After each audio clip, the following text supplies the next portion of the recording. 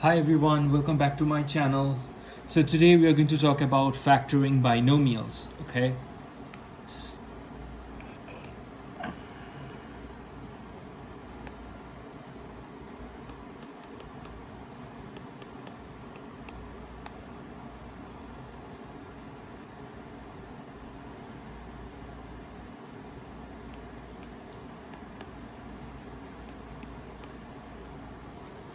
All right, so binomial basically means you have two term, okay? So this is your first term, this is your second term. Bi basically means two. So whenever you have two term, we call it binomial, okay? So we want to factor this. Now, the way you factor it, so if I have 4x and 8, the first thing that I always do, I always look at the numbers, the constants, okay? So I look at 4 and 2.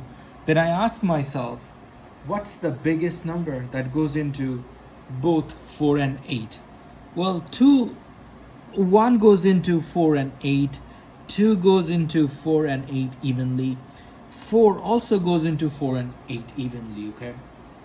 So since 4 is the biggest number that goes into 4 and 8, we are going to factor out 4, okay? So let's do this.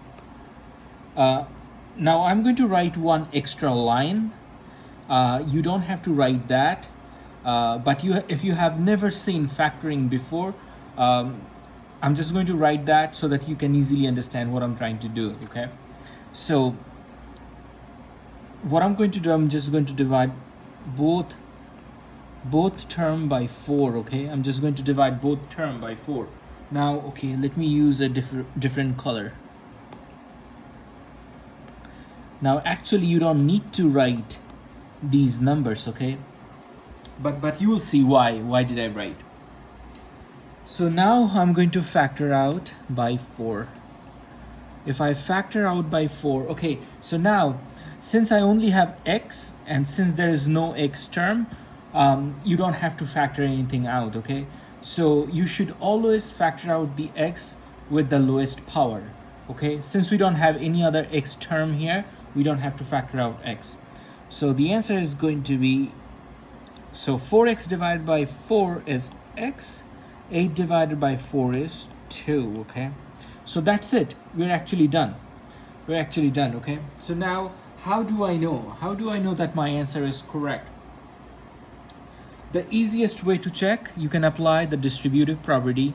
4 times x is 4x and 4 times 2 is 8. So that means our answer is correct, okay? Now you may be wondering, well, what does factor mean? Okay, factor basically means, so let me give you an example. Let me explain. So if I have a number like 6, right, I can write 6 as 3 times 2.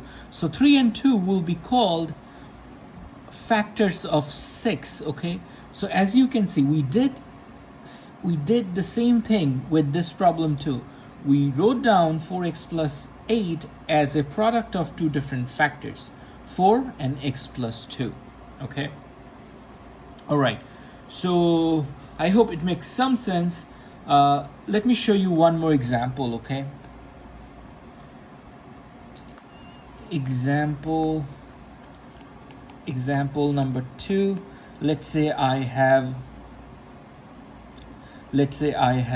8, well, let's say I have 8x squared minus, let's say 12. Does 12 make yeah, let's say 12, doesn't matter.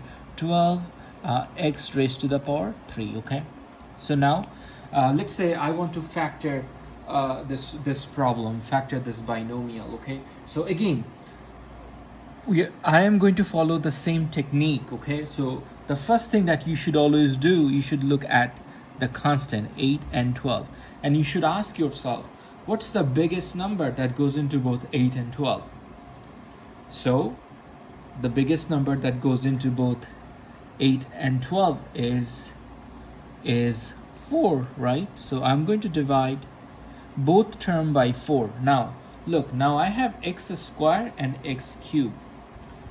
The only thing you have to remember is we're always going to factor out by the x that has the lowest power, right? So if I have 2 and 3, 2 is the lowest power, so I'm going to factor out by 4x squared, okay? So divide by 4x squared.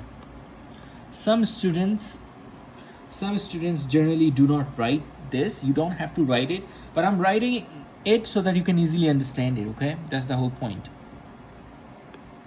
All right, so let's factor this out.